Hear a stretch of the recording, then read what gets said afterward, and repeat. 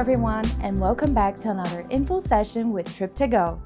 Today, we are diving into a conversation with Hong Kong Tourism Board to chat about one of Asia's most exciting destinations. What makes Hong Kong truly one of a kind? We've got you covered, so stick around. Well, thank you so much again for joining us. We're here with Hong Kong Tourism Board. We're going to ask some questions and see the highlights, hidden gems, and everything that has to offer, right? So for our viewers who have never been to Hong Kong before, how would you describe this destination for them? Hong Kong is like East West culture center hub. So I would say you will see much more than just like a city in China. It's also like a very vibrant hub to offer anything for every travelers. So I think they don't want to miss. What are the must-see attractions or experiences that people should see for the first time? For the first time, I would highly recommend the Peak, and you can travel to the Peak with the Peak tram. And also, if you don't want to stay in the Hong Kong Islands, I would suggest you go to the big Buddha site located in Lantau Island. And the fascinating scenic there is worth visit. And I would highly recommend for the first timer to visit. Also the Victoria Harbour, right? When you're in Tsim Sha Tsui, there is a promenade called the Avenue of Stars. It's a great place to visit for a great view of the harbour, right? As well as, taking in the infrastructure, right? The skyline. The architecture in Hong Kong is quite unique because all the buildings are different. And Hong Kong is also known for its food scene. So from street food to fine dining, what are some of the local favorites you would recommend? And talk a little bit more about this fame that Hong Kong has. Definitely the pineapple bun, right? It looks like a pineapple. It doesn't taste like pineapple. There's no pineapple in it. It's the crust that looks like a pineapple, right? And the best way to eat it is with a thick slab of butter, cold butter, into the warm bun. Yeah. So that's one. Egg tart is also a must-have, right? And there are two different kinds, the buttery tart kind and the flaky one. So my personal favorite is the flaky one, right? The pastry one. But that is also a must-have. And of course, dim sum, right? Nobody can miss dim sum. If you have been to Hong Kong but not had dim sum there, you haven't been to Hong Kong. That's great. Great to know. Yeah, for myself, I really like seafood. So in Hong Kong, we have some famous places for seafood, like you call Lei Yu Moon and also Sai Kung. So Hong Kong is surrounded by water, so we can every day we have fresh seafoods from the sea. So I would recommend these two places for a seafood lover. Okay, thank you so much. And for travelers who are vegan, vegetarian, or gluten-free, how are the options in Hong Kong? Usually, I think majority of the restaurant can accommodate the requests. And also, we have many vegetarian restaurants there, like the Polin Monastery, which is like a Buddhist restaurant. Gluten-free, it's not that difficult to obtain because Asian diet is centered around rice, right? So not so much wheat, right? So in the dim sum restaurants, you'll be able to find a lot of gluten-free choices. I also want to say that halal food is a big thing now in Hong Kong as well. We have many accredited, restaurants that offer halal food. And now let's talk a bit about the hidden gems and the off-beaten paths. So what are the spots that travelers may miss that you think they should definitely go? I would say the nature. So many of people think that Hong Kong is a city. So it's not only just buildings. We have many islands. The island hopping is very famous in Hong Kong. So you can see all the islands in one trip.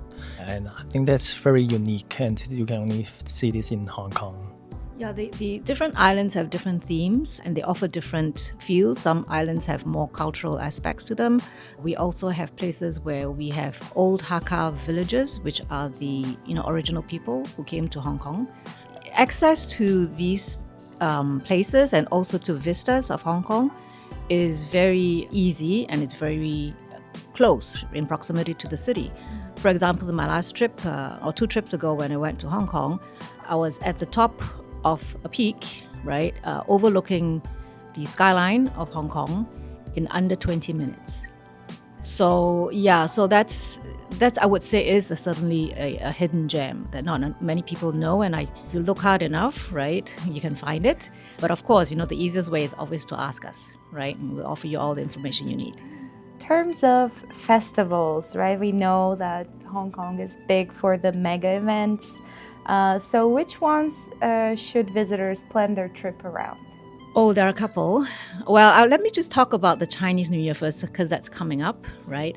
In February this year, next year rather, is our Chinese New Year or Lunar New Year. Like Clark mentioned, there are a lot of activities that center around that because that's our biggest cultural festival. Even before the New Year, you have all the flower markets as you get a feel of how the locals get prepared for the New Year. They buy new clothes, they buy new decorations. Spring is here, so a lot of flowers, right? And then the different activities, the first day, second day, and third day, each has its own event to celebrate the New Year. Of course, yes, that's right. So from night parade to the fireworks to horse racing, who would know, right? Like horse racing, how does horse racing get into a Chinese culture, right? So that's quite unique to Hong Kong, right? You don't see that in any part of the world. So getting yourself immersed in these activities is certainly the best way to know the destination. And of course, there's also the cultural aspects, which, Chinese New Year signifies togetherness, right? So there's a dish called pun choi, which is the big bowl dish, right? Everybody digs in at the same time, and there's lots of treasures in there, like abalone and, chicken and duck and fish and all that. So that in itself is an experience, and you can partake in that too. Guests and visitors can do that too. And also going to the temple, right, to ask for blessings, that's another thing. As well as there's this wishing tree where you throw an orange, you tie a wish, you write a wish, you tie a wish, and then you tie it to the orange and you throw it on the tree, it hangs on the tree, right? So, these are things that, visitors can partake in and experience for the local culture for themselves. And then, of course, the next big one is the Hong Kong Wine Dine Festival. That is also another big event, and it's of an international scale with over 300 booths, right, featuring wines and spirits from all over the world.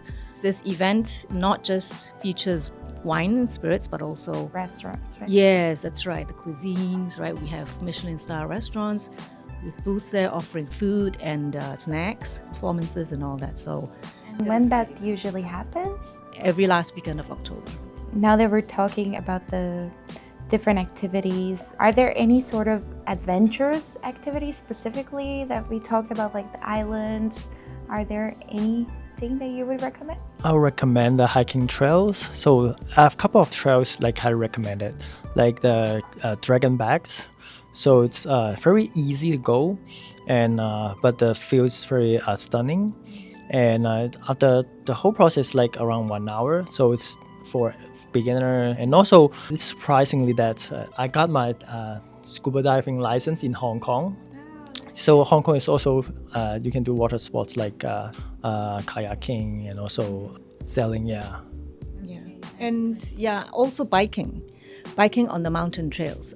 We have actually a program every year. There's Oxfam event that takes place there, race, right, and also it's UTI grade. So biking along the mountains, right, is definitely mountain trails rather. It's an exhilarating experience. But we also have the annual cyclothon, which is a biking race, right? It's kind of like Tour de France. There's a 50 km ride, there's a 30 km ride. So it's both for professionals as well as amateurs, right? So anybody can take part in that, and that takes place every November. And how about the experiencing the nightlife and entertainment, live music? So can you tell us more about? Since there are so many bars and pubs in Hong Kong, I will say if you want to feel the stunning skylines in Hong Kong or the Victoria Harbour, you definitely have to go to Tsim Sha Tsui, where it's in Kowloon. They have so many rooftop bar, like including there's a bar called Old Song Bar. It's located inside the Ritz-Carlton, Hong Kong, and it's located on the 118th floor. And there's an outdoor patio as well of the bar, so you're 118 floors up, and you're looking, at the skyline. Yeah. So we have multiple, such bars. They go until late. Yes. Yeah. 2-3 a.m. Yeah. So now let's talk a little bit more about the culture. So how Hong Kong is preserving the cultural heritage and while still embracing modernity? I would say Hong Kong is also redeveloping many area and also Revitalize. oh yes, some areas. So they preserve the old architectures and they build any new elements on there. So become like a famous spot for tourists and for locals. Yeah, and there's also, in preserving these areas, we also have an historical aspect to them, right? So people going there for dining purposes or shopping purposes, they would also have some experience of the history, right? Because for example, Tai Kwun, which is the area that we inherited from the British past, it's everything. It's the judicial system all in one. The police station is there, the judge chambers are there, the prison is there, right? So the whole area is quite unique on its own, right? So people going there can have an experience of what it was like before. And then the other place is the police merit quarters, which is now revitalized as a hub for local young artists, right? But we preserved, the history part of it, so you can understand, what it was like before. So many of these places, like the British influence we have there, but we also have, of course, the, traditional cultural aspects, right? Even the Hakka villages, like for example, if you go to Sai Kung UNESCO Geopark, one of the trails is actually by boat, taking you to the trails. But as part of the trail, you walk by these, abandoned villages, right? So we keep them as is, and people can have a feel of what it was like when people used to live there. In terms of the convenience and accessibility in the city, what are the top tips to get around the city effectively? I know that you mentioned about the Octopus Card as well, so can you give us a notion about that? Yeah, you can easily get the Octopus Card. I think you can get it in any convenience store in Hong Kong, or also you can get it in the MTR station. Actually, when you arrive at the airport too. Yeah. You can get it at the airport, and then you just top up maybe 50 Hong Kong dollars, and you can use it for a few days. Because public transfer is so cheap. Okay, so you can use for public transportation, but you can also use for some restaurants as well. Yes, some of the restaurants accept Octopus Card, but mainly for convenience store or like a fast food chain restaurant. Yeah, it's a stored value card, but again, the uses is extended, right? The use is extended beyond just transportation.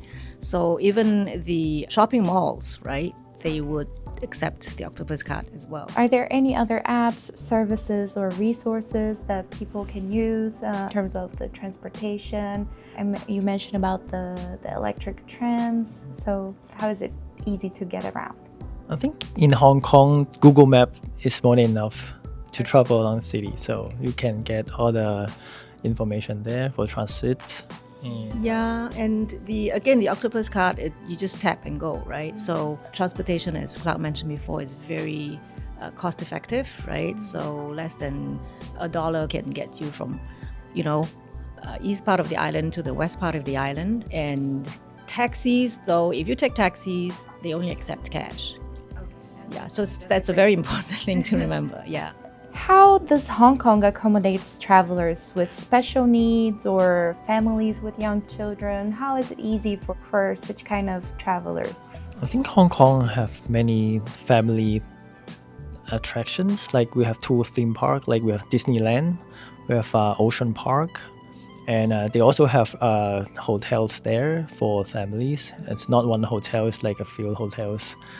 Yeah, actually Shangri-La, Island Shangri-La recently renovated some of their rooms to become family rooms, and they are themed differently. So kids would really love it because they have bunk beds. You have, within the room in itself, right? There are like slides and all that stuff. So I personally saw one online, and it was stunning, like a fairy tale. Exactly. Yes. Garden. Yeah. That's right. And then, like Cloud mentioned, there are also some resort-style hotels in Hong Kong. So one of this is the WM Resort, which has got rooms that allow you actually to pitch a tent outside the room. Yeah. So a lot of these are very unique, and for pet lovers, there are some hotels that are also welcoming of pets and have special, amenities for pets as well. In terms of sustainability, how do you support travelers to preserve the environment and the culture and sustainable travel in general? We actually have, this is a big topic, obviously, and everybody's looking into that. Yeah. We also encourage our local restaurants to use locally sourced ingredients. Many restaurants are doing that right now. And in fact, a lot of also our restaurants, Michelin restaurants, also have the Green Star, which means they're sustainably sourced ingredients as well, right? And we also, in Hong Kong, plastic is no longer used, right? Like in hotels, they don't give you shower caps anymore, right? Or if they do, it's paper shower caps, right? Not plastic ones. And also they don't use plastic bottles anymore. One of the hotels we stayed at the last time, they actually even offered water filters in each room, right? So we're doing away with a lot of plastics, and I think we're one of the leading destinations to do that in Asia. How is easy as well to communicate? I think majority of the Hong Kong people speak English as well. So, and also there are all the signs on the streets are also bilingual, like in English and also Cantonese. How about safety? How is it safe for travelers? Yes, it's extremely safe, right? For example, you can go out really late into the wee hours of the night and still get home to your hotel or your place of accommodation with no issues. Crime rate is very, very, very low. It's definitely a place that you can, travel to, like women, single, solo women travelers. Definitely not an issue. And in terms of the weather, also in terms of best time to visit, what would it be? Of course, we talked about like planning around festivals, but in terms of weather, best time in general. Any time is a good time, right, to visit Hong Kong. But I would say avoid the summer in Hong Kong because it's very hot and humid. And then between August and October, there is a high likelihood of typhoons. So just beware.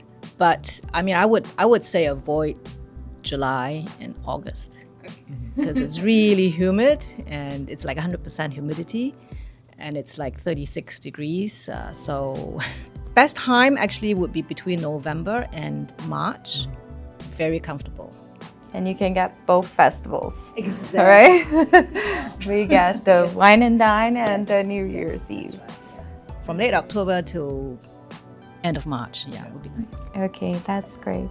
And now we came to our final question. So if you'd like to please give a message to our TripToGo members that are planning to visit Hong Kong, just a few words for them. Definitely eat the local food, right? Definitely try a Michelin restaurant. You may think Michelin star restaurants are expensive, but actually, we have one of the most value for money dim sum places in Hong Kong called Tim Ho Wan, which is a Michelin star restaurant. And you can have a meal there for less than $10. Yeah. So don't think of Michelin star as being, out of your league or, like budget wise. Once you're there, you have to try it, right? So whatever it is, give it a try and, come back and tell us about it. Well, thank you so much for joining us today. Thank you. Thank you. Hong Kong truly has a little bit of everything: food, culture, adventure, and that energy you can only feel in this incredible place. We hope this info session gives you ideas and inspirations for your next adventure. Don't forget to follow us on social media for more tips and updates. Thanks for tuning in and redefine the journey with TripToGo.